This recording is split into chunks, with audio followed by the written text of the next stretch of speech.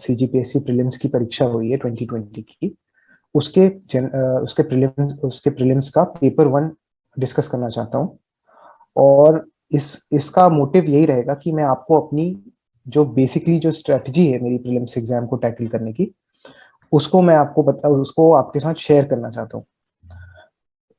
तो इसके लिए हमने पेपर वन का सेट सी लिया है। इस वाले वीडियो में हम सिर्फ पेपर वन की बात करेंगे और फॉर एग्जाम्पल के लिए सेट सी लिया।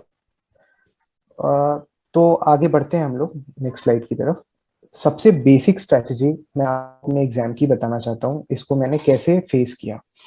तो मैंने आपके साथ पहले शेयर किया है कि सबसे ज्यादा इम्पोर्टेंट इस एग्जाम को, प्रीलिम्स की परीक्षा को देने के लिए ये है कि हम प्रीवियस ईयर के क्वेश्चंस को, सबसे पहला तो ये है कि प्रीवियस ईयर के क्वेश्चंस को सही तरीके से और इस तरह से तैयार करें कि अगर वो सवाल हमारे पास आता है तो वो हमसे गलत नहीं होना चाहिए। मैंने अपने पिछले वीडियो में आपको 3 कारण इसके बताए हैं कि हमको प्रीवियस ईयर क्वेश्चन को करना क्यों है। सबसे पहला कारण तो यही है क्योंकि इसको सब करते हैं। एक साल से भी पढ़ने वाला इंसान भी पढ़ता है, 2 साल से भी पढ़ने वाला बच्चा पढ़ता है, और लोग जो 6-6 7 साल से पढ़ रहे हैं वो भी प्रीवियस ईयर को बनाते हैं। तो हमको, क्योंकि हमारे को उन तक पहुंचना है, ऐसा सवाल ना हो कि भाई जो हम नहीं कर पाए और उन लोग कर लिए। इसीलिए सबसे पहला कारण ये है क्योंकि इसको सब करते हैं। दूसरा कारण प्रीवियस ईयर के क्वेश्चन को लगाने का ये है कि इससे क्या होता है कि इनडायरेक्टली या डायरेक्टली कुछ क्वेश्चंस रिपीट हो जाते हैं। अगर वो डायरेक्टली रिपीट हो गया तो अच्छा है, वो सेम सवाल ही आ जाता है, या तो उसका कोई और फॉर्म या कोई और डायमेंशन रिपीट होता है।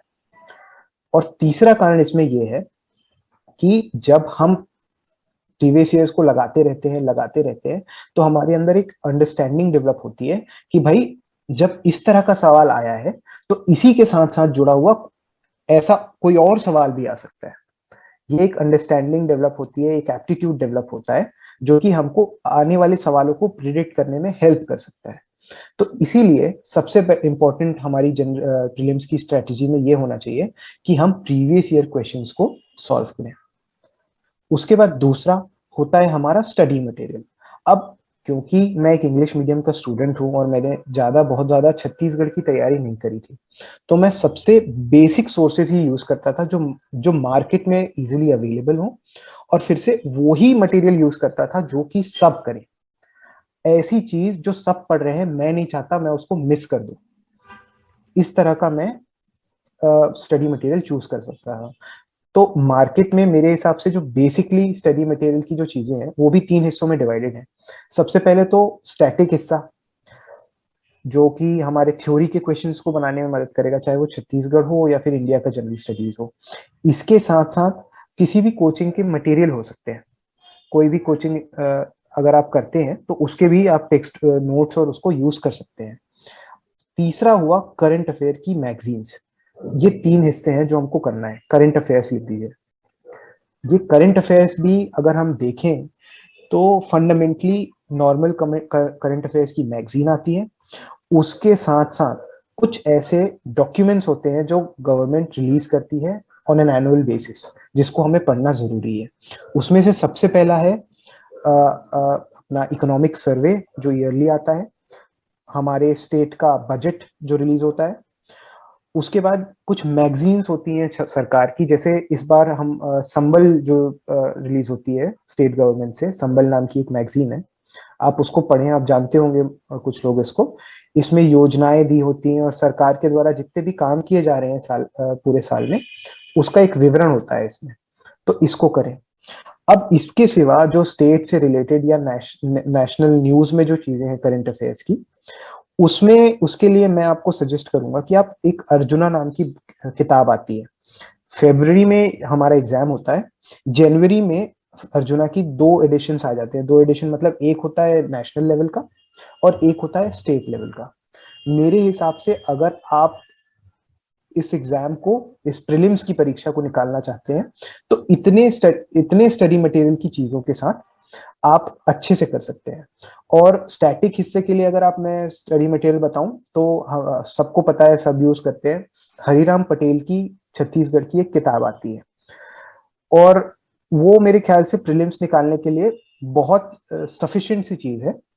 अगर आप कोई कोचिंग के भी स्टडी मटेरियल यूज करते हैं आप उसको भी कर सकते हैं, पर वही है कि आप हरिराम पटेल इसलिए यूज करिए क्योंकि सब इसको इससे पढ़ते हैं। और हम जब क्वेश्चंस डिस्कस करेंगे तो मैं आपको कुछ ऐसे सवाल दिखा दूंगा जो कि सीधा इसी से निकाले गए हैं। तो दूसरा हुआ स्टडी मटेरियल, मेरे ख्याल से पीवाईक्यू और स्टडी मटेरियल। और तीसरा जो मेरे हिसाब से और भी ज्यादा इम्पोर्टेंट एक एसेंस है इस प्रीलिम्स की परीक्षा को निकालने का, वो है कि हम मॉक टेस्ट दें, हम टेस्ट सीरीज लगाएं इसकी। इसलिए नहीं क्योंकि हमको उसमें उससे अब बहुत कुछ मिलेगा, पर क्योंकि जो प्रीलिम्स का जो पेपर होता है उसमें सही करने के लिए और भी कई सारी चीजें होती हैं। ऐसे स्किल्स हमें चाहिए होते हैं जो कि हमको सीधा अगर पेपर देने जाएंगे तो उसको हम एड्रेस नहीं कर पाएंगे। कि जब हमको दो सवाल मतलब किसी क्वेश्चन में डाउट है तो उसको हम कैसे बनाएं, या फिर ऐसा सवाल आए जो भाई हमको पता ही नहीं है, कभी सुने ही नहीं, हम क्या करें। ये इन सब चीजों को सॉल्व करने के लिए और अपने आप में कॉन्फिडेंस लाने के लिए होता है टेस्ट सीरीज। इसके आपके इसमें कितने नंबर आते हैं वो ज्यादा इंपॉर्टेंट है नहीं, आप इसको देते हैं और इसी उस मूड में देते हैं कि आप फाइनल एग्जाम दे रहे हैं, वो जरूरी है। तो ये तीन चीजें हुई। इसके सिवा और भी इस पेपर को जो एसेंस वाली बातें होती हैं छोटी छोटी, उसको मैं आपको क्वेश्चंस के साथ साथ ही बताता जाऊंगा, पर ये चीजों को मैं चाहूंगा कि आप अच्छे से नोट करें और इनको कहीं लिख लें। अपनी हर एक जैसे आपके पास अभी 3 महीने हैं तो अपनी पढ़ाई को इन्हीं 3 पॉइंट्स के हिसाब से ही डिवाइड करें और उसको याद रखें। अब हम आते हैं अपने क्वेश्चन पेपर्स की तरफ। जो पिछले साल का जो क्वेश्चन पेपर था, नॉर्मल जो क्वेश्चंस इसके पहले एग्जाम्स हुए थे उससे थोड़ा अलग आया था पेपर, क्योंकि इसमें जो इंडिया का जनरल जो 50 सवाल आते हैं इंडियन जनरल स्टडीज से, वो थोड़े से अनप्रिडिक्टेबल थे और नॉर्म्स को उसमें तोड़ा गया था। इसके पहले जैसे क्वेश्चंस आते थे उससे थोड़े अलग आए। अब मैं आपको इसी पेपर को, क्योंकि मैंने इसके पहले वाला भी पेपर दिया था 2019 वाला, उसमें मैं प्रीलिम्स निकाल नहीं पाया था, अनसक्सेसफुल था। तो मैं चाहूंगा कि जो मैंने स्ट्रैटेजी बनाई है उसको इस पेपर को अच्छे से देने के लिए उसको मैं आपके साथ पहले बताना चाहता हूँ इस क्वेश्चंस देखने से पहले। तो सबसे पहले तो पहला पॉइंट मैं आपको ये बताऊंगा कि पेपर को अप्रोच कैसे करें। हमारे पास मेरे ख्याल से 2 घंटे का समय रहता है 100 सवालों को बनाने के लिए। इसमें से 50 सवाल होते हैं इंडिया के जनरल स्टडीज के और बाकी के 50 सवाल होते हैं छत्तीसगढ़ की जनरल स्टडीज से। इसी में हिस्ट्री, ज्योग्राफी, सोसाइटी सब कुछ आ जाता है। हमको इस 2 घंटे के एग्जाम में जो इसकी शेड्यूलिंग होती है इस 2 घंटे में, वो बहुत ज्यादा इंपॉर्टेंट होती है। हमें इन 100 क्वेश्चंस को अच्छे से बनाने के लिए सबसे पहले ये जरूरी होता है कि हम 100 के 100 सवाल को पढ़ सके। अब शुरू में ही तो हम 100 के 100 सवाल पढ़ नहीं सकते, इसीलिए हम कोशिश करेंगे कि शुरू के 40 से 45 मिनट में अपनी अप्रोच को इस तरह से बनाएं कि पहले 45 से 50 मिनट में मैंने सारे 50 सवाल बना लिए, 100 सवाल को पढ़ लिया है मैंने। जब मैं उन 100 सालों को पढ़ूंगा तो मुझे उस पेपर का लेवल पता चलेगा। सबसे पहली बात कि भाई इस साल का पेपर डिफिकल्ट आया है या आसान आया है। दूसरा, जब मैं 100 क्वेश्चन पढ़ लूंगा तो मुझे ये पता चलेगा कि इस साल का कट ऑफ कितना जा सकता है। इस 2019 का कट ऑफ मेरे ख्याल से 135 से ऊपर ही गया होगा, पर इस साल का जो कट ऑफ गया था वो अराउंड 105 या 106 नंबर रहे होंगे जनरल के, उससे ज्यादा नहीं गया होगा। तो ये आप जब आपको ये पहले 45 से 50 मिनट में आपको ये पता चल जाएगा कि भाई मेरे को 100 में से कितने क्वेश्चंस अटेम्प्ट करने हैं, कितने क्वेश्चंस मेरे को अच्छे से आते हैं, और अब मैं कितने क्वेश्चन में रिस्क लूं अगर मैं पीछे चल रहा हूं मिनिमम नंबरों से। तो इसीलिए शुरू के 45 से 50 मिनट में अब जब मैंने 100 के 100 क्वेश्चन पढ़ लिए हैं तो मुझे इन सारी चीजें जो मैंने आपको बताई उसका एक अच्छा आइडिया लग चुका है। अब मेरे पास करीबन 1 घंटा 10 मिनट कुछ बचे हैं। इसके बाद मैं एनालाइज करूंगा कि अब मैं और कौन कौन से क्वेश्चंस बना सकता हूं। ये हुआ पेपर के दिन, जब मैं लिख रहा हूं उसका तरीका। ये चीजें आपको कब काम आएगी अपन फिर से देखेंगे आगे। अब मैं आपको बताना चाहता हूँ, जो ये स्टडीज मैंने करी है, मतलब इस एग्जाम 2 बार मैंने प्रीलिम्स दिया है, उसमें प्रीलिम्स एग्जाम में मैंने सीखा क्या है और उससे स्ट्रेटेजी क्या बनाई है। तो बेसिकली ये जो 100 सवाल आते हैं, जिसमें से 50 सवाल जनरल स्टडीज के और 50 सवाल छत्तीसगढ़ के, वो 3 कैटेगरी ऑफ क्वेश्चंस में डिवाइडेड होते हैं मेरे हिसाब से। सबसे पहली कैटेगरी तो होती है सबसे सिंपल कैटेगरी, ऐसे सवाल जो प्रीवियस ईयर क्वेश्चन से सीधा सीधा या फिर थोड़ा इनडायरेक्टली आए हैं पेपर में, प्रीवियस ईयर क्वेश्चंस। उसके बाद दूसरी कैटेगरी ऐसी होती है जो सवाल हमको स्टैंडर्ड टेक्स्ट बुक से मिल जाते हैं, और स्टैंडर्ड टेक्स्ट बुक्स के साथ साथ किसी के कोचिंग मटेरियल भी हो सकते हैं, या तो करंट अफेयर्स का जो मैंने मटेरियल बताया है उसमें से आ जाते हैं, चाहे वो इकोनॉमिक सर्वे हो, इस तरह का जो हम पहले बात कर चुके हैं। मतलब सेकंड अपना कैटेगरी हुआ स्टैंडर्ड टेक्स्ट बुक के, कोचिंग के और करंट अफेयर्स के क्वेश्चंस, जो कि हर साल हो सकता है बदलेंगे। पर जो पहली कैटेगरी है प्रीवियस ईयर की क्वेश्चंस की, उसका एक प्रोपोर्शन हमेशा सेट रहता है। मेरे हिसाब से कम 40% सवाल, मतलब 100 में से 40 सवाल तो ऐसे होते हैं जो डायरेक्टली और इनडायरेक्टली रिपीटेड ही होते हैं इन वन वे और अनदर। उसके बाद थर्ड कैटेगरी, जो कि इस पेपर की मेरे हिसाब से सबसे इंपॉर्टेंट कैटेगरी होती है, वो ऐसे सवाल का ग्रुप होता है जिसमें अपने को फाइट ही नहीं करनी है। अगर वो आ गया, हमको नहीं आता है, तो उसको हमको सीधा छोड़ देना है, क्योंकि हमारे को तो कट ऑफ के जितने ही नंबर लाना है। हमको ऐसा नहीं करना है कि भाई जो 200 नंबर का पेपर हो रहा है, 100 क्वेश्चन है इसमें, इसमें बिल्कुल 190 या 180 स्कोर करना है। ये वाले पेपर में तो हमको सिर्फ कट ऑफ निकालना है, और असली जो हमारे रैंक डिसाइड करेगा वो मेंस और इंटरव्यू का एग्जाम होगा।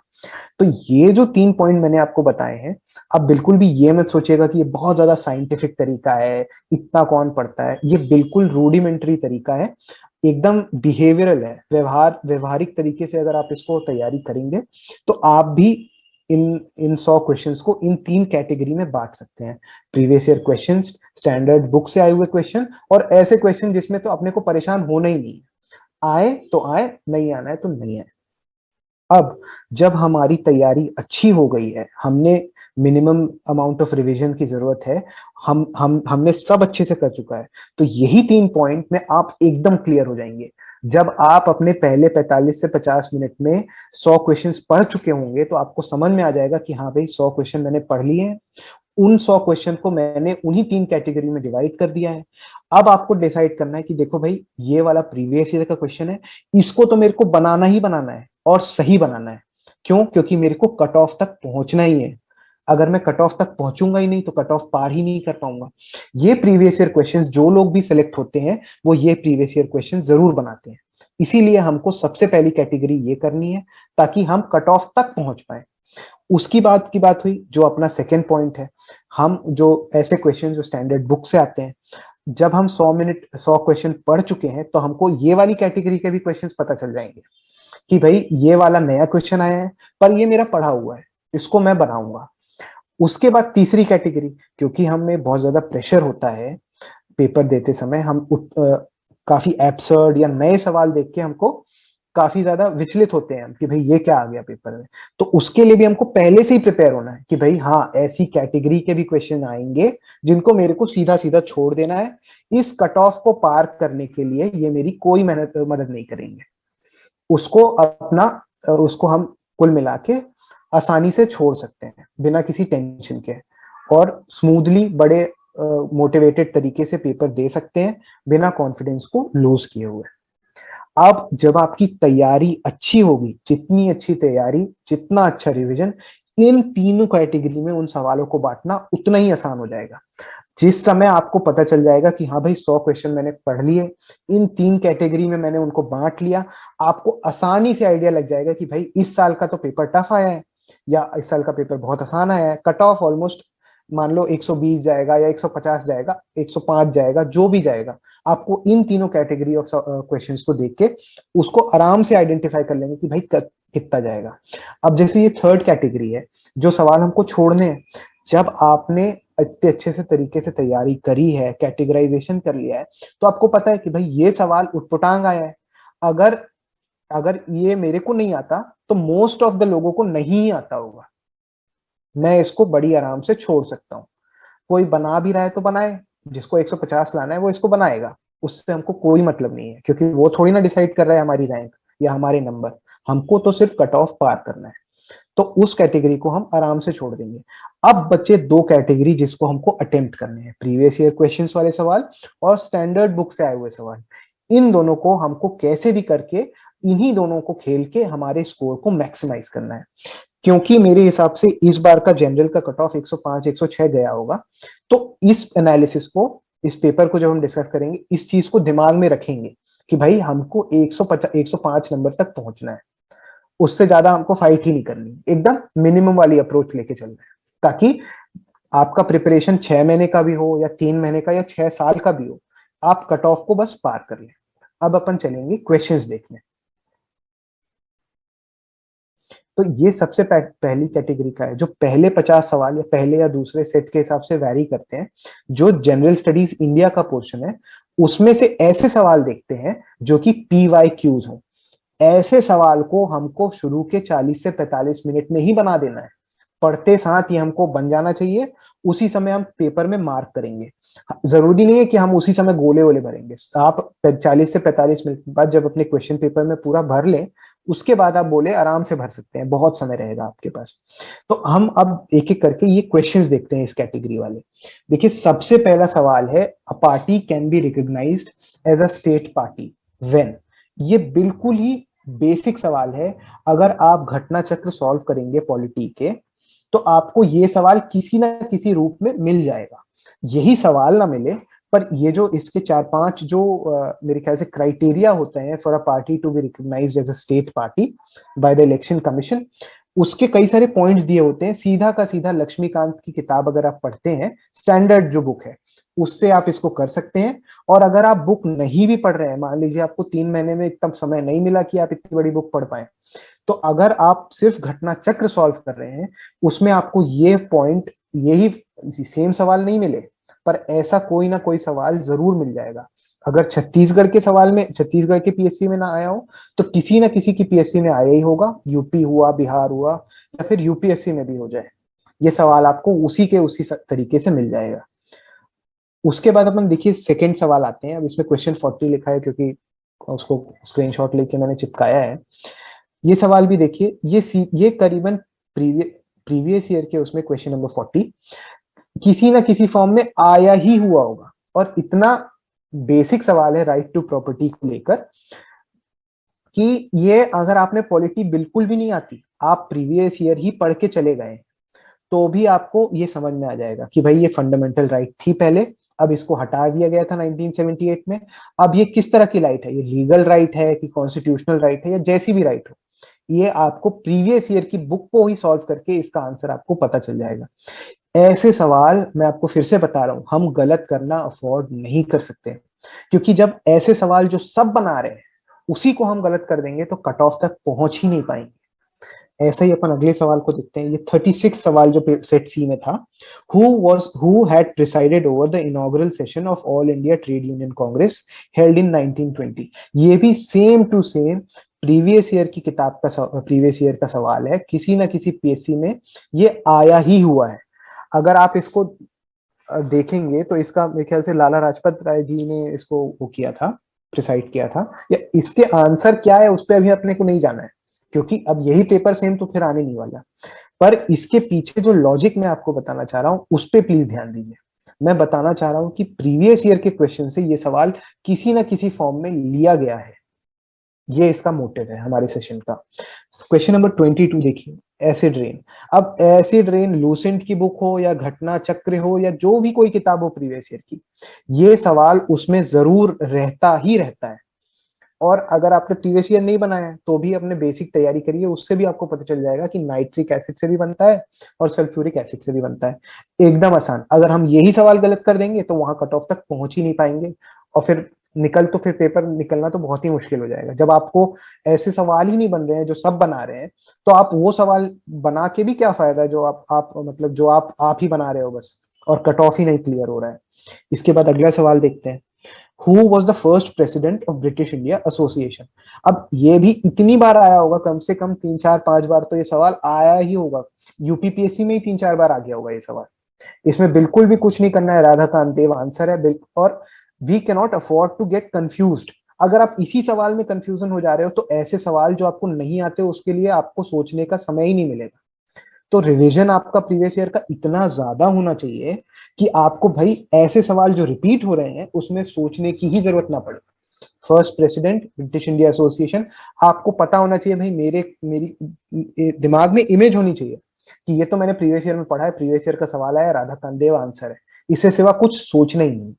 तो हमारे जो पेपर में ऐसे सवाल आए थे, ये उनके सिर्फ मैंने 5 का एग्जाम्पल लिया है, ऐसे बहुत सारे सवाल थे जनरल स्टडीज के। मेरे ख्याल से 5 10 15 सवाल और रहे होंगे जिसको हम प्रीवियस ईयर की किताब को ही पढ़ के, और पढ़ना मतलब यही नहीं कि भाई प्रीवियस ईयर का वो ही पढ़ लिया कि क्वेश्चन ही पढ़ के गया हूं। जब हमने प्रीवियस ईयर के क्वेश्चन को पढ़ा और उसमें ये आइडेंटिफाई किया कि भाई स्टेट पार्टी को एक किसी भी पार्टी को स्टेट पार्टी की तरह रिकॉग्नाइज होने में क्या क्राइटेरिया मांग रहा है, तो मैं अब जाऊं और उसकी थ्योरी पढूं कि क्योंकि प्रीवियस ईयर में एक बार पूछ चुका है तो फिर से पूछेगा, इस बार मैं इसी से रिलेटेड जो भी सवाल हो उसके लिए तैयार हूं।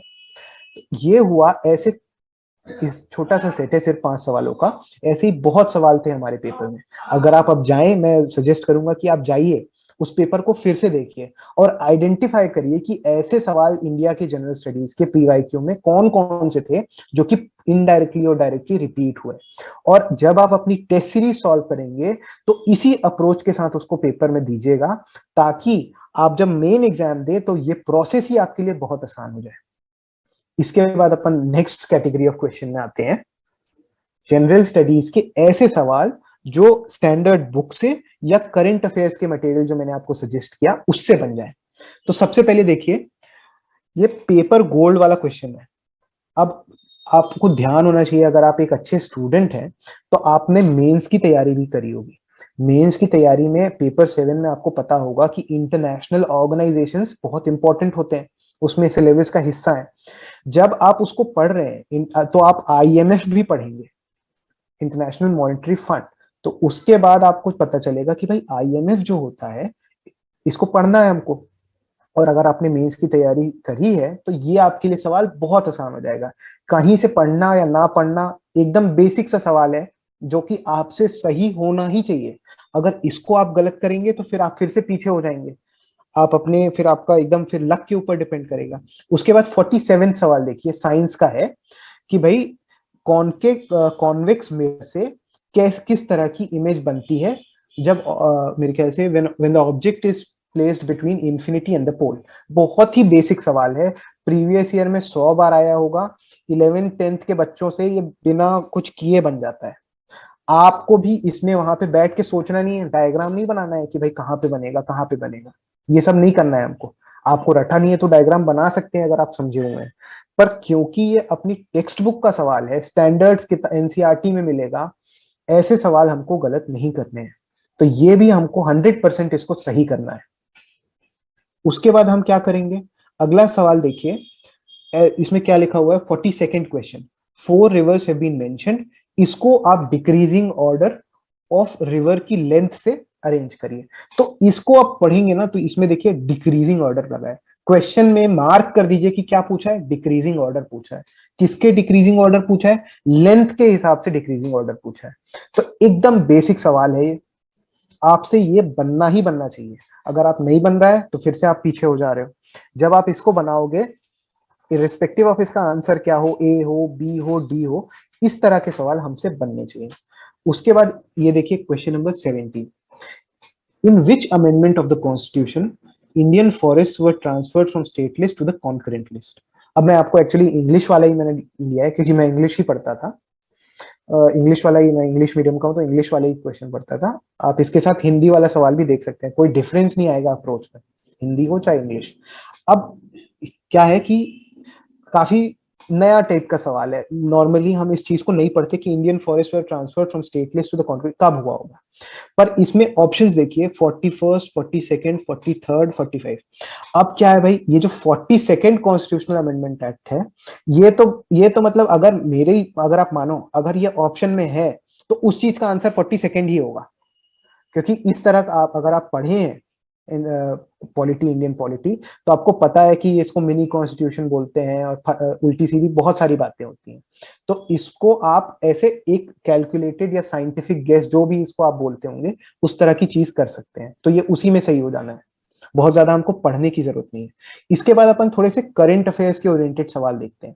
उसके नीचे वाला सवाल है, Girish Chandra Murmu has become India कौन से नंबर के ऑडिटर जनरल, कंट्रोलर और सीएजी। तो अब जो लोग इस एग्जाम को नया दे रहे हैं, तो आपको तो पता ही नहीं होगा कि अरे यार ये तो एकदम फैक्चुअल सवाल है, मैं तो इस तरह का चीज पढ़ता ही नहीं, क्या फर्क पड़ता है कि 12वां हो, 13वां हो, 14वां हो। पर इस सवाल को आपको देख के पता चल रहा है कि भाई ये पूछ सकता है। इसके पहले भी वो कुछ कुछ सवाल पूछे हुए हैं कि भाई चीफ चीफ जो अपने कैब चीफ सेक्रेटरी हैं वो कौन से नंबर के हैं, इस तरह के सवाल आते रहते हैं। गवर्नर है वो कौन से नंबर के गवर्नर है। तो उससे उनको प्रीवियस ईयर को पढ़ के हमको पता चला कि ये जो नंबर वाले सवाल हैं ये भी कोई पेपर में हमारे आ जाते हैं।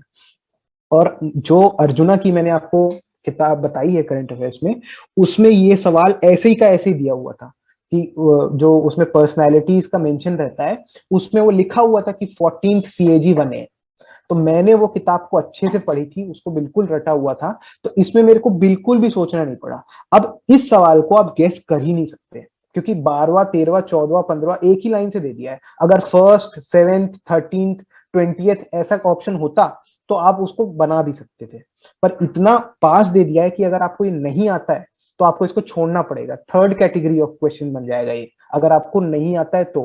पर क्योंकि ये ऑथेंटिक ऑथेंटिक तो नहीं बोलूंगा, पर स्टैंडर्ड करंट अफेयर्स की मैगजीन में है, तो ये आपसे बनना चाहिए। You can not afford to leave this question, क्योंकि जो अर्जुना पढ़ेगा वो इसको बनाएगा।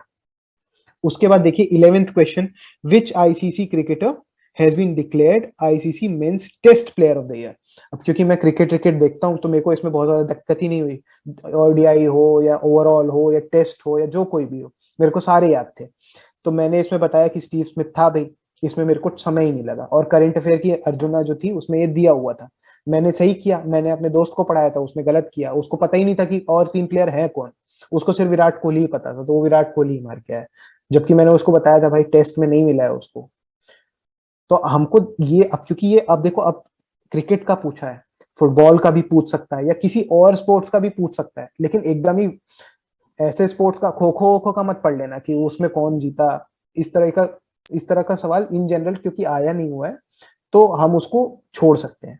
इसके बाद देखो, India's rank on world economic forums global gender gap index 2020, ये भी करंट अफेयर्स का है। एक सवाल इस कैटेगरी का आता ही आता है कि ये जो रिपोर्ट्स निकलती हैं उसमें इंडिया की रैंक क्या है या फर्स्ट में कौन है। इस तरह की चीजें हमको करनी है। ये भी अर्जुना में दिया हुआ था, इसको भी हम छोड़ नहीं सकते, इसको बनाना है हमको। उसके बाद देखो करंट अफेयर्स का सवाल, which Indian has been awarded with special humanitarian award. अब ये सोनू सूद जी ने लॉकडाउन के समय में खूब सारा काम किया था। अगर आप नहीं भी पढ़े हुए होते तो ये आपसे बनना चाहिए था। अनफॉर्चुनेटली मेरा गलत हुआ था ये, पर ये भी उसकी मैगजीन में था। आपको इसको कैसे, अब इसको आप गलत कर दोगे कि सोनू सूद, हाँ यही नहीं आपको समझ में आया, तो फिर बहुत मुश्किल होगी। न्यूज में काफी आया था ये, और जो लोग तैयारी नहीं कर रहे हैं उनसे भी बन गया होगा ये सवाल। ऐसा सवाल था। तो इसको अपने को करना है, इसको अपने को सही बनाना है। इसको we can not afford to let go, या फिर we can not afford to miss on marks. और गलत कर दिया तो फिर तो और ही नेगेटिव मार्क्स हो जाएंगे। अब आते हैं अपन थर्ड कैटेगरी ऑफ सवालों में। ये ऐसे सवाल हैं जिसको we can afford to leave. Afford to leave क्यों बोल रहा हूं, क्योंकि नेगेटिव मार्क्स मिलते हैं अगर आप इसको गलत कर देते हैं तो सबसे पहले मैं आपको, देखो पहला सवाल क्या पूछा है कि नंबर ऑफ, मतलब कौन सी स्टेट में कितने बार प्रेसिडेंट रूल लगा हुआ है। स्टेट्स के नाम लिखे हुए हैं और उसके साथ साथ कितनी बार लगा है वो भी लिखा। अब भाई ये बहुत ज्यादा फैक्चुअल सवाल है। हालांकि मैं मानता हूं लक्ष्मीकांत में ये चीज दी हुई है कि कौन कितने बार किया है, पर इतना भी आप पढ़ने चलोगे तो फिर मेन चीजें, या तो आप 6-7 साल दे रहे हो एग्जाम, पूरा पढ़ चुके हो हर चीज, तो ये सब पढ़ने बैठ रहे हो। अब जो एक बार में या 2 बार में दे रहा है तो उसके लिए बहुत मुश्किल है कि इतना डिटेल हो या इतने फैक्चुअल सवाल हो याद कर ले। तो हम क्या कर रहे हैं, अब इसको अपन देख रहे हैं, अब अपन किस में ज्यादा लगा है किस में नहीं लगा है। अब इसमें क्या है, अपन जैसे मान लो एक एक गैस मारते हैं कि भाई उड़ीसा में आउट ऑफ द 3, क्योंकि नॉर्थ ईस्ट में ज्यादा लगता है, उत्तर प्रदेश बिहार में भी शुरू शुरू में बहुत लगता था, तो उड़ीसा में हो सकता है सबसे कम बार लगा होगा, 6 बार। अब अपन देखिए कि डी का 4, अब डी का 4 देखिए, ए ऑप्शन भी है, बी ऑप्शन भी है, सी ऑप्शन भी है। अब फंस गए अपन, बोले भाई अब 3 में कैसे तुक्का मारूंगा मैं। तो अब तो मैं जानता ही नहीं, क्योंकि अब 9 और 10 और 8 तो इतने पास पास भी हैं कि मेरा सही होने का चांस ज्यादा है गलत होने से। तो फिर मैंने इसको छोड़ दिया था कि भाई मैं नहीं मार सकता इसको, मेरे से नहीं होगा। अगर आपको पता ही है कि भाई हाँ यूपी में 9 बार लगा है, तो आप प्लीज इसको अटेम्प्ट कर लीजिएगा। पर ऐसे ये सवाल ने हमारा कट ऑफ मेरा ये छोड़ दिया हुआ था। अगर मैं गलत भी कर दिया होता तो भी मेरा कट ऑफ इससे मेरे मेरे कट ऑफ पास करने में इससे कोई भी दिक्कत नहीं होती। इसके बाद आप क्वेश्चन नंबर 30 देखिए। अब ये क्या चल रहा है, पाइपलाइन ट्रांसपोर्ट है, उसको डिक्रीजिंग ऑर्डर में जमाइए। अब ये कौन कौन सी लाइन है, इसमें एक आध दो का मैंने जैसे नाम जरूर सुना होगा, पर इस चीज का तो मेरे को आइडिया ही नहीं है कि कौन सा लंबा है, कौन सा छोटा है और कौन सा, मेरे को बिल्कुल भी इसका आइडिया ही नहीं था। तो मैं इसको आउटराइट छोड़ दिया कि मैं इसमें तो मैं खेल ही नहीं सकता, मेरे को कुछ आना ही नहीं है इससे। और होप आप मेरे को मानोगे नहीं, बहुत सारे लोगों को भी नहीं आता होगा ये, क्योंकि वो सब भी स्टैंडर्ड किताबें पढ़ के जा रहे हैं। कोई एक आध आदमी इसको बना भी दिया होगा सही, तो उससे अपनी फाइट है ही नहीं, अपने को फाइट है कट ऑफ से। उसके बाद फोर्थ क्वेश्चन में आइए, राजा रवि वर्मा एक फेमस पेंटर थे मॉडर्न एज के, उनका जन्म कब हुआ था। अब इसमें देखिए ऑप्शन देखिए, 1848, 1858, 1868, 1878। अरे बाप रे, तब अगर ऐसा ऑप्शन दिया होता कि भाई 1368 या दूर दूर के ऑप्शन दिए होते, तो आप इसको हो सकता है कुछ कि हाँ भाई मॉडर्न टाइम्स के थे अभी अभी के, तो हम इसमें कुछ लगा सकते थे। लेकिन ऑप्शन ऐसा दे दिया है कि वो चाहता है कि इसको छोड़ दो आप मतलब वो नहीं चाह रहा है कि इसको बनाओ। तो हम भी इसको क्वेश्चन को रिस्पेक्ट देंगे कि हाँ भाई तू अच्छा सवाल है, या फिर जैसा भी सवाल है हम इसको सीधा छोड़ देंगे। हो ये मेरे को नहीं लगता किसी को आता होगा, ये किसी का तुक्का हो सकता है सही भी हो गया, तो उससे अपने को कोई मतलब नहीं है। अब अपन दूसरे टेस्ट जो क्रिकेट से दूसरा सवाल है पेपर का, which of the following has been the maximum number of time out on zero in both innings of a match in test cricket. इतना ऐसे तो ट्रिविया का सवाल है, हर्षा भोगले से बनेगा ये शायद तक। हम लोग इतना क्रिकेट देखे, हमसे ना बनने वाला ये कैसे होगा कैसे नहीं होगा अपने को नहीं। अब मैं बोला कि यार थोड़ा बहुत तो जानते हैं इसमें, मतलब इसका कॉम्प्लेक्सिटी सुनो। सबसे ज्यादा नंबर बार होगा पहला पॉइंट, उसके बाद जीरो में आउट हुआ है दूसरा, दोनों इनिंग में आउट हुआ है वो भी टेस्ट क्रिकेट में। अरे बाप रे, ये तो मतलब हर्षा भोगले बनाएगा इसको, हम बना सकते हैं। पर अब इसको मैं बोला कि यार इतना जानते हैं क्रिकेट के बारे में, ये भी नहीं बना तो बहुत मुश्किल होगी। तो इसमें मैंने ऑप्शन पढ़ना चाहा, सनत जयसूर्या, स्टीफन फ्लेमिंग, ये दो तो बैट्समैन थे, ओपनिंग बैट्समैन, तो ये सबसे ज्यादा बार जीरो में आउट नहीं हो सकते, तो मैंने इनको हटा दिया। स्टीवन फ्लेमिंग को जानता हूँ, न्यूजीलैंड के थे। सनत जयसूर्या श्रीलंका के हैं, वो जीरो में बहुत ज्यादा बार आउट नहीं हुए होंगे। अब इसमें देखो third option, C S Martin, पूरा नाम भी नहीं लिखा है। एक प्लेयर को मैं जानता था, क्रिस मार्टिन, जो न्यूजीलैंड का था, पर मैं उसमें उस समय इतने प्रेशर में था कि मैं पहचान नहीं पाऊं कि ये सी एस मार्टिन है कौन। मेरे को पता ही नहीं, याद ही नहीं आ रहा था कि ये है कौन प्लेयर। मैं देखा मुथैया मुरलीधरन, मैं बोला कि मुथैया मुरलीधरन तो हो सकता है बॉलर रहे होंगे, सॉरी बॉलर थे, तो हो सकता है ये बैटिंग वैटिंग भी कुछ बहुत ज्यादा खास करते नहीं थे। तो मेरे को लगा सबसे ज्यादा बार तो भाई यही आउट हुआ होगा जीरो में, मैंने इसमें मारा मुथैया मुरलीधरन, पर मेरा रॉन्ग हो गया और आंसर था सी एस मार्टिन। तो अब इसमें क्या हुआ कि ऐसा सवाल जो मेरे को लग रहा था कि आता है, वो मेरा गलत हो गया, नेगेटिव। तो आप भी ऐसी गलती दोबारा ना करें और इसको डिसाइड करें कि भाई ये सवाल तो मेरा आउट ऑफ द लीग ही है, मेरे को नहीं है, इतना मुश्किल सवाल पूछ रहा है, पूछने वाला पता नहीं क्या सोचा होगा वो, मतलब इसको छोड़ना है हमको, उस कैटेगरी का सवाल है। इसके बाद आप आइए क्वेश्चन नंबर 21, इसको मैंने हिंदी में भी डाला है और इंग्लिश में भी डाला है। तो ये इसलिए मैंने डाला है क्योंकि इसका भी एक अपना महत्व है। इसको अपन जब इंग्लिश में पढ़ते हैं, what will be the decreasing order of the following biosphere reserve from the point of view of length.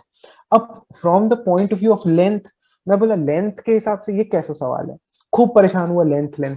उसके बाद मैंने इसको हिंदी में पढ़ा, उसके पहले ही शब्द में लिखा हुआ है क्षेत्रफल। क्षेत्रफल मतलब तो एरिया होता है, इसमें इसने इंग्लिश में लेंथ लिख दिया है। और खूब परेशान हुआ मैं कि कौन सा कैसे होता है, कौन सा नहीं होता है। तो जो इंग्लिश मीडियम वाले हैं वो प्लीज इंग्लिश के सवालों को हिंदी में भी पढ़ें और इसी प्रैक्टिस बनाए कि जल्दी जल्दी।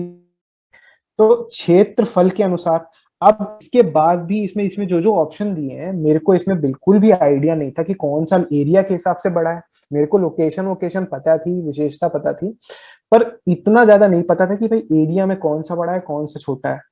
किसी को अगर पता हो कि भाई गल्फ ऑफ मन्नार सबसे बड़ा है तो हो सकता है वो इसको मार सकता है, अटेम्प्ट कर सकता है, पर मुझे ये नहीं पता था।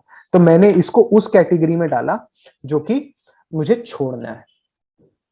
उसके बाद अपन आते हैं क्वेश्चन नंबर 35 में। When was the Tripuri session of Indian Congress held in which Netaji Subhash Chandra Bose was elected as president. अब इंग्लिश में देखो ये सवाल कितना अच्छा है। अपने को पता है मेरे ख्याल से त्रिपुरी और हरिपुरा या 38 या 39 में से कोई एक इसका आंसर होगा। मेरे को आता था ये सवाल, पर इसको जब मैं हिंदी में पढ़ता हूं तो इधर तो इलेक्टेड लिखा है, उधर लिखा है मेरे ख्याल से मनोनीत लिखा होगा उसमें, नॉमिनेटेड। अब दोनों सवाल में थोड़ा सा डिफरेंस हो गया, इधर इलेक्टेड हो गया, मतलब डिफरेंस क्या, दो अलग अलग बातें हो गई। तो अब मैं समझ गया था पेपर में कि भाई ये जो चीज है ये पक्का विलोपित होने वाली है, क्योंकि हिंदी में कुछ और लिख दिया है और इंग्लिश में कुछ और। तो मैं समझ गया था कि भाई ये तो मेरे 2 नंबर गए। पेपर में ही मेरे को पता चल गया था कि ये तो पक्का, इधर मनोनीत लिखा है इधर इलेक्टेड लिखा है, ये पक्का जाएगा। फिर भी मैंने इसको मार्क तो किया ही था कि भाई करना तो पड़ेगा करके। पर आपको पेपर में हमारे 100 क्वेश्चन में से 3 क्वेश्चन ऐसे थे जो विलोपित भी हुए हैं। तो आपको पेपर देते समय दिमाग में रहना चाहिए कि हाँ भाई हो सकता है सवाल ही गलत हो या ऑप्शन गलत हो या फिर ये ऐसा सवाल हो कि वो विलोपित हो जाए। तो उस चीज का भी हमको ध्यान रखना है। तो मैंने जो पहली कैटेगरी, जो ये 3 कैटेगरी के क्वेश्चंस हैं जीएस के, उससे उन तीनों को आपके साथ डिस्कस किया। अब मैं आपको छत्तीसगढ़ के भी ऐसे ही कुछ क्वेश्चंस रखूंगा आपके सामने, जो इन्हीं 3 कैटेगरी ऑफ क्वेश्चंस में आप डिसाइड कर सकते हैं। तो सबसे पहला तो फिर वही से ऐसे सवाल छत्तीसगढ़ के हिस्से के जो सीधा का सीधा प्रीवियस ईयर से आए हो या सीधा नहीं भी आए हो तो किसी ना किसी तरीके से वो प्रीवियस ईयर से ही उठाए गए हो। सबसे पहला सवाल देखिए, गोधन न्याय योजना के ऊपर है। अभी खूब अच्छे से, बहुत फेमस स्कीम है। प्रीलिम्स में भी सॉरी प्रीलिम्स में आया होगा कि नहीं पता, मेंस में इसका सवाल आया था पिछले बार। उसके बाद ऐसे लिखने भी आया था और 2-3 सवाल और आए थे मेंस में। तो ये स्कीम एकदम फ्लैगशिप टाइप की स्कीम थी। इसकी डेट मुझे पता होनी चाहिए। और अगर आपको लगता है कि डेट क्यों याद करूं, मैं क्या कर लूं, तो भाई पेपर में क्योंकि सवाल आता है तो याद तो आपको करना पड़ेगा और सब इसको करेंगे। तो इसको मेरे को बनाना है। उसके बाद दूसरी स्कीम देखिए, नरवा गरुआ गुरुआ बाड़ी, ये वाली स्कीम, ये भी प्रीवियस ईयर में किसी ना किसी तरीके में आई है। इसके ऊपर भी मेरे ख्याल से ऐसे या क्वेश्चन पहले आ चुका है। तो ये भी हमको पता होना चाहिए, स्वराजी गांव योजना के तहत हुई है भाई। इसको मैं बनाऊंगा और सब इसको मार्क करके आए होंगे, जितने लोग कभी कट ऑफ पार हुआ है सब इसको मार्क करेंगे, मैं आपको बताता हूँ। उसके बाद ये देखिए, ये यूथ डॉर्मेट्रीज का क्वेश्चन आया है, बड़ा ही पॉपुलर है कल्चर से छत्तीसगढ़ के। ऐसे सवाल आते ही रहते हैं। अगर मेरे ख्याल से बिरहोर का होगा ये, बिरहोर, बिरहोर से ना पूछा हो या किसी ना किसी ट्राइब का युवा गृह आपसे पूछता ही पूछता है। और ये स्टैंडर्ड बुक्स में भी आपको मिलेगा ही मिलेगा। तो प्रीवियस ईयर में जब कोई एक यूथ डोमेट्री का क्वेश्चन आया तो हमारे दिमाग में घंटी बजनी चाहिए कि भाई जब एक ट्राइब का यूथ युवा गृह आया है, यूथ डोमेट्रीज आई हैं, तो किसी भी ट्राइब का पूछ सकता है, उसको अपन याद कर लें। उसके बाद अगला question, which song is considered as the king of Chhattisgarhi folk songs. Culture का बहुत पॉपुलर क्वेश्चन है, ददरिया इसका आंसर है, आपको भी पता होगा। हम आंसर्स के वो उस पे नहीं जा रहे हैं, हम इसके एनालिसिस के पीछे जा रहे हैं कि ये क्वेश्चन आया है, पहले भी आ चुका है, किसी ना किसी एग्जाम में आया ही है। तो इसको अपने को गलत नहीं करना है। अगर हम इसी को गलत कर देते हैं तो पहले ही पीछे हो जा रहे हैं। उसके बाद, who among the following is famous for Bharthari ज्ञान। अब ये सवाल इस साल भी आया, इसके पिछले साल भी आया, उसके पिछले साल भी आया, 3 साल से आ रहा है शायद ये सवाल। तो इसको मेरे को गलत ही नहीं करना है, क्योंकि सब इसको सही करेंगे, प्रीवियस ईयर का क्वेश्चन है ये। सुरुज बाई खांडे जी इसका आंसर है, इसको हमको सही करना है। उसके बाद question number 52, in which district इक्लामा इक्लामा आयरन ओर इज प्रेजेंट। अब ये जो सवाल है छत्तीसगढ़ क्योंकि एक मिनरल रिच स्टेट है, तो मिनरल से एक ना एक सवाल तो कोई पेपर में आना ही आना है, तो मैं इसके लिए तैयार रहूंगा। और ये खुद एकलामा या चेलिकामा ये जो जगह है, इसके ऊपर 3-4 बार सवाल पूछा जा चुका है। इसका आंसर कबीर धाम है, इसको अपने को सही करना ही करना है। इसके बाद according two year 2011 2011 census mail literacy कितनी है। अब ये भी उस कैटेगरी का क्वेश्चन है जो हर साल पूछा ही जाता है, छत्तीसगढ़ के सेंसस से सवाल पूछा ही जाता है, और इस बार अभी नया सेंसस तैयार हो रहा है, तो उसके कारण फिर से सेंसस फिर से हाईलाइट हो जाता है। तो पुराने अभी क्योंकि उनका नए वाले सेंसस का डेटा तो आया नहीं है, तो इस डेटा का इंपॉर्टेंस रिलेवेंस बहुत ज्यादा बढ़ जाता है। इसका हर एक डेटा चाहे वो मेल लिटरेसी हो या कोई और चीज हो, हमको तैयार करनी ही करनी है, तो इसको अपने को सही करना है। उसके बाद देखो, छत्तीसगढ़ की ट्राइब से धुकू मैरिज के बारे में पूछा है, ऐसे ही पायसो टूर हो गया, गंधर्व विवाह, गुरावट विवाह, ऐसे सवाल आते ही रहते हैं, कंटिन्यूअसली आते ही हैं प्रीवियस ईयर क्वेश्चंस में। हम जब उसको देखेंगे तो हमको पता चल जाएगा कि हाँ भाई मैरिज पूछता है, हमको हर तरह की ट्राइबल मैरिजेस के बारे में पता होना चाहिए। इसका आंसर मेरे ख्याल से कोरवा होगा, तो उसको अपने को सही करना है। अब अपन आते हैं छत्तीसगढ़ के उन क्वेश्चन से जो हमको नॉर्मल स्टैंडर्ड बुक से मिल जाते हैं और करंट अफेयर्स के क्वेश्चन में दिख जाते हैं। इसका सबसे पहला सवाल देखिए, महानदी प्लेन्स जो है वो छत्तीसगढ़ के कौन से हिस्से में आती है। ये तो बिल्कुल ही बेसिक सवाल है, इसी को गलत कर दिया आप तो फिर आप पेपर ही मत दीजिए कि भाई छत्तीसगढ़ के नॉर्थ में मिलता है, साउथ में मिलता है कि मिडिल में मिलता है। अगर आपसे गलती से ह्यूमन एरर से भी गलत कर दिया तो फिर आपको बहुत दुख होगा इस क्वेश्चन को बनाने मिस करने में। ये हो सकता है प्रीवियस ईयर में भी आया हो, पर ये तो ज्योग्राफी का क्वेश्चन है, इसलिए मैंने इसको जनरल उसमें लिख दिया है। उसके बाद सेकंड क्वेश्चन में आइए, फ्रीडम स्ट्रगल ऑफ बस्तर किसको बोलते हैं। फ्रीडम स्ट्रगल ऑफ बस्तर, अब जो छत्तीसगढ़ में जितने भी रिवोल्ट्स हुए हैं, ट्राइबल रिवोल्ट्स, वो बहुत ज्यादा इंपॉर्टेंट होते हैं। 8 या 9 जो ट्राइबल रिवोल्ट्स हुए हैं वो सब हमको तैयार होने चाहिए, चाहे वो कोई से भी उससे हो। तो ये इसका आंसर लिंगागिरी है, ये अपने को बनाना ही बनाना है, अगर आप नहीं बनाएंगे तो फिर पीछे छूट जाएंगे। उसके बाद देखिए, how much amount the state of Chhattisgarh received from revenue from as revenue from minerals. अब ये भी सवाल कितना इंपॉर्टेंट है, फिर से मिनरल से आया हुआ है। इसका सोर्स है अपना जो इकोनॉमिक सर्वे आता है स्टेट का, उसको अपन पढ़ेंगे तो ये 6100 ऐसा फिगर है कि जल्दी याद भी हो जाता है। और इसको देखो आपके लिए आसान किया गया है, अगर वो चाहता तो 6100 61001 ऐसा करे, कुछ भी एब्सर्ड बना सकता था, लेकिन इसने इसको आसान दिया। तो ये हमको सही करना है, कहाँ से करना है, इकोनॉमिक सर्वे के स्टेट से पढ़ना है इसको अपने को, उसको अपन अफोर्ड नहीं कर सकते। ये आया है, इसके बाद कुछ और भी आ सकता है कि भाई इनडायरेक्ट टैक्सेस का कंट्रीब्यूशन कितना है, या सबसे ज्यादा टैक्स कौन से सोर्स से आता है छत्तीसगढ़ का, कोई भी उससे क्वेश्चन बन सकता है। इसके बाद देखिए 73rd question, in Republic Day 2020 parade at Delhi Rajpath which folk dance was performed in Chhattisgarhi tableau. अब बहुत अच्छा सवाल है, इसको हमको अगर आपने परेड देखी होगी और छत्तीसगढ़ का वो देखा होगा तो आपको पता होगा कि कक्सार डांस उसमें आया था। बहुत अच्छा सवाल है, ये अपने को बनाना ही बनाना है, इसको अपन अफोर्ड नहीं कर सकते गलत करने के लिए। उसके बाद देखिए हल षष्ठी सब त्योहार। अब छत्तीसगढ़ में त्योहारों को हमको पढ़ना बहुत जरूरी है, हर एग्जाम में एक ना एक त्योहार, कभी गंगा दशहरा ही क्यों ना हो, अलग अलग त्योहार पूछ जाते ही हैं। तो जब एक त्योहार आया है तो जरूरी है कि हम अलग अलग जितने भी त्योहार होते हैं उन सबको सही से पढ़ें। हल षष्ठी है for long life of husband या सन, इसका आंसर सन होगा। तो अपन इसको अच्छे से तैयार करें इस चीज को। ये अपने को कहाँ से मिला, सिंपल जो जनरल स्टडीज की बुक है, अगर आप हरिराम पटेल की किताब भी पढ़ेंगे तो उसमें आपको ये सारे के सारे सवाल ऐसे के ऐसे ही दिखेंगे आपको। तो अपने को बहुत ज्यादा इसमें परेशान नहीं होना है, स्टैंडर्ड बुक्स को फॉलो करना है, उसी से हम आराम से कट ऑफ कर लेंगे पार। उसके बाद ये देखिए 71st क्वेश्चन राउत नाचा के ऊपर है। ये भी आपको उस बुक में मिलेगा, हालांकि ये तो हर बुक में मिलेगा, ऐसा नहीं बोल रहा हूँ कि एक ही बुक में जरूरी है, लेकिन एक ही बुक को पढ़ के जब हम मैक्सिमम क्वेश्चंस को बना सकते हैं तो अपन जो पढ़ दूसरी उसको फॉलो भी कर रहे हैं उसको सीमित उसमें फॉलो करें। 1978 में होता है, अगर हमने स्टैंडर्ड बुक्स पढ़ी है तो हमको पता ही है, बहुत इजी क्वेश्चन है ये, बहुत ज्यादा मुश्किल नहीं होगा। 75th क्वेश्चन, अब इसमें क्या है, जो फीमेल मेंबर्स हैं, एमएलएज हैं, उनको उनकी कॉन्स्टिट्यूएंसी से हमको जोड़ना है। तो अब 4 ऑप्शन है, 4 जगहें दी हुई हैं। इसका आंसर अगर कोई ध्यान नहीं दे रहा है करंट अफेयर्स में तो उसके लिए मुश्किल होगा। मेरे को देखिए, ये ममता चंद्राकर जी हैं, ये इसी साल मेरे ख्याल से वाइस चांसलर बनी थी कला यूनिवर्सिटी की, रायगढ़ की। तो उनके बारे में जब न्यूज व्यूज आई थी तो उससे मेरे को पता चला था कि ये भाई पंडरिया की है, पंडरिया कॉन्स्टिट्युएंसी से इनका ये इलेक्टेड हुई है। तो अब मेरे को पढ़ते साथ ही पता था कि भाई ममता चंद्राकर तो पंडरिया से है। मैंने ऑप्शन देखा, पहले ही ऑप्शन में वन का सॉरी ए का 3 है।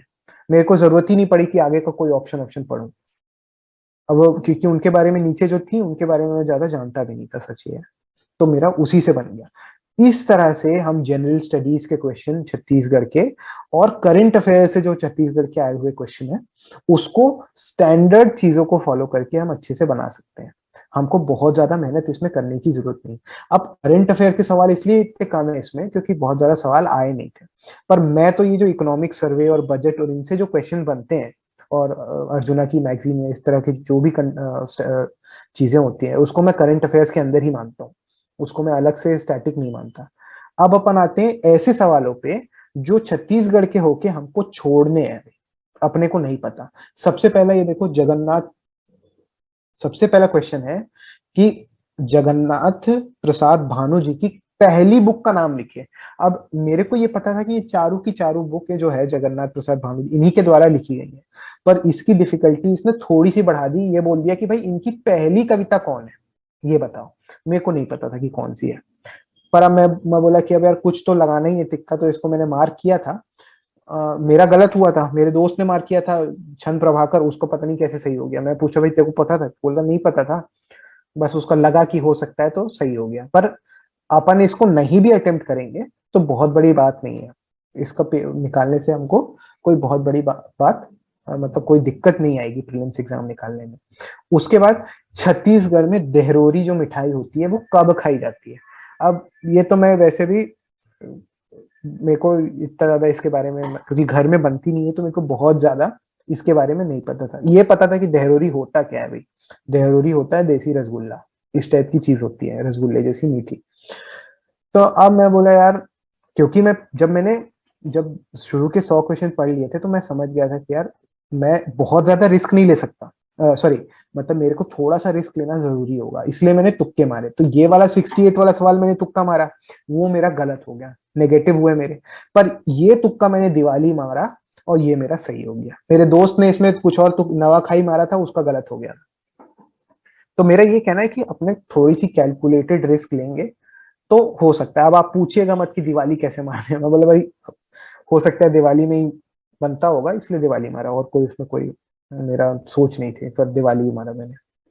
अब उसके बाद आइए ये 88 सवाल में, ऐसे 2 खो खो प्लेयर का नाम बताइए, पूछ रहा है ये, जो नेशनल ट्रेनिंग कैंप में सेलेक्ट हुए हैं छत्तीसगढ़ से। इसके बारे में मेरे को कोई भी आइडिया नहीं है। मेरे को बस इतना पता है कि मेरे को नेशनल ट्रेनिंग कैंप कब लगा, कैसे लगा, खो खो का कोई भी आइडिया नहीं है। पर अब खो खो देख के आप ये मत करिएगा कि मैं सारे इस चीज को हर बार याद करूं कि हर साल नेशनल ट्रेनिंग कैंप में कौन कौन से प्लेयर कौन कौन से स्पोर्ट से सेलेक्ट हो रहे हैं। क्यों नहीं करूंगा मैं? क्योंकि इस तरह का एक सवाल आएगा उसको मैं बड़ी आसानी से छोड़ दूंगा। जरूरी नहीं है कि मैं हर चीज पढूं। अब कौन, क्योंकि मैं क्वेश्चन पढ़ते साथ ही इसको मैं छोड़ दिया, मेरे को अब जब क्वेश्चन ही नहीं पता तो ऑप्शन पढ़ने का क्या मतलब? समय बचाओ आगे बढ़ो। ऐसा तो नहीं होगा कि उनका नाम पढ़ के मैं सही बता दूंगा। उसके बाद 86 में आइए, कुरुसपाल इंस्क्रिप्शन। अब ये भी नॉर्मली जो फेमस इंस्क्रिप्शन है छत्तीसगढ़ के, रिद्धिपुर के श्रीवेड़ा या अशोकन इंस्क्रिप्शन हैं, उनसे ये डिफरेंट है क्योंकि ये नॉर्मल या ऑर्डिनरी चीज नहीं है। तो अगर आपको रिस्क नहीं लेना है, अगर आपने 100 क्वेश्चंस का एनालिसिस करने के बाद ये समझ गए हो कि भाई इसमें तो मेरा इतने में तो पार हो ही जाना है, और ये क्वेश्चन जब मेरे लिए डिफिकल्ट है, मेरी तैयारी इतनी अच्छी है कि दूसरों के लिए भी डिफिकल्ट होगा, तो आप इसको मत लगाइए। क्योंकि अब मेरे को था थोड़ा कि यार थोड़ा रिस्क ले लेते हैं, तो मैंने देखा कि हर्ष गुप्त का तो ऐसा कोई मैंने इंस्क्रिप्शन इतना मेरे को याद नहीं है, तो उसका नहीं हो सकता। प्रवर राज मैंने पढ़ा है, वो उसका भी हो नहीं सकता। महाशिव गुप्त अर्जुन तो श्रीनगर सिरपुर विरपुर के आसपास ही थे, उनका भी नहीं हो सकता। तो मैंने इसमें सोमेश्वर देव 1 लगाया था और वो सही हुआ।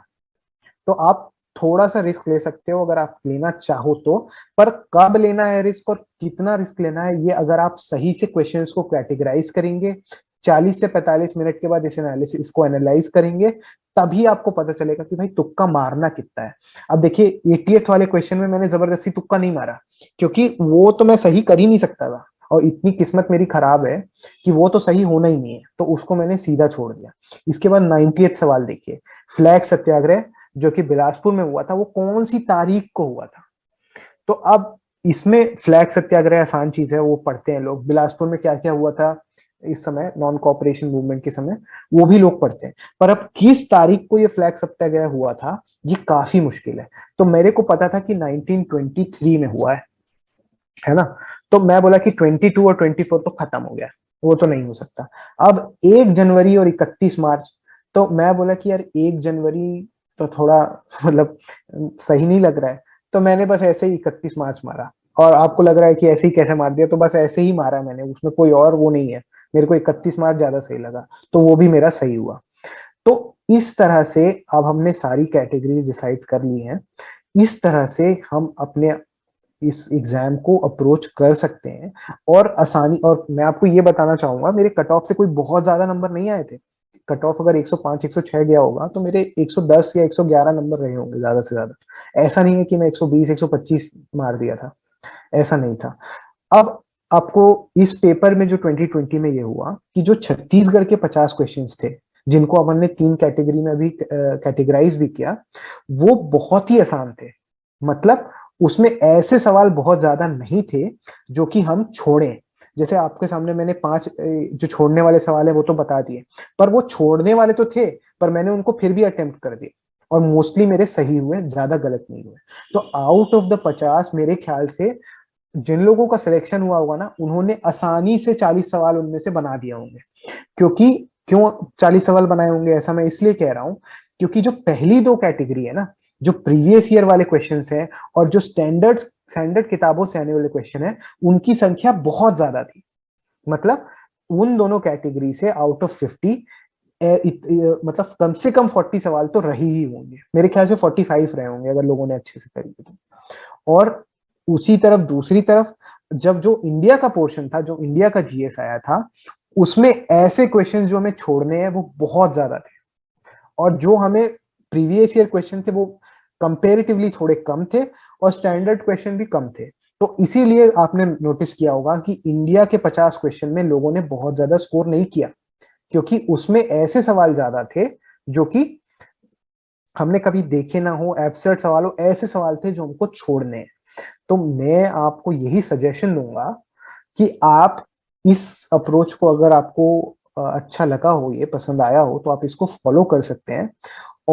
एक अपनी अप्रोच डेवलप करिए इसी के अराउंड। आप थोड़ा सा मॉडिफिकेशन करना चाहें तो प्लीज आप कर सकते हैं, और इसको अपने स्कोर को इनहेंस करने में हेल्प आपकी ये मदद करेगा। उसको यूज करें आप, ताकि इजीली, चाहे आपकी तैयारी कितनी भी हो, 3 महीने 6 महीने या 1 साल, इसको यूज करके आप कट ऑफ को आराम से क्रॉस कर जाएं। तो मैं इसी तरह से इसको समराइज करूंगा कि हमको इसको, इसकी जो, इसका जो मर्म है, इसका जो समरी है, इसका जो स्वाद है, उसको पकड़ना है। बहुत ज्यादा हमको इधर उधर की बातें करके और बहुत ज्यादा पढ़ के इसको पार नहीं करना है। और मेरा ये मेथड बिल्कुल भी ज्यादा, मैं इंजीनियर हूँ तो आप ये ना समझे कि भाई ये तो बहुत ज्यादा साइंटिफिक चीज है, या पूरा इसमें साइंस वाइंस या मैथ्स वैथ्स यूज हो रहा है। बिल्कुल भी नहीं। सिंपल, अगर आप एक अच्छे मैनेजर हैं, चाहे आपका क्वालिफिकेशन कोई भी हो, आप इस तरह से अपनी अप्रोच को बहुत ही आसानी से डिफाइन कर सकते हैं और अपने हिसाब से इसको अप्रोच करते हैं। तो बस मैं इतना ही कहना चाहूंगा आपको अभी। Subscribe now and press the bell icon. Never miss an update.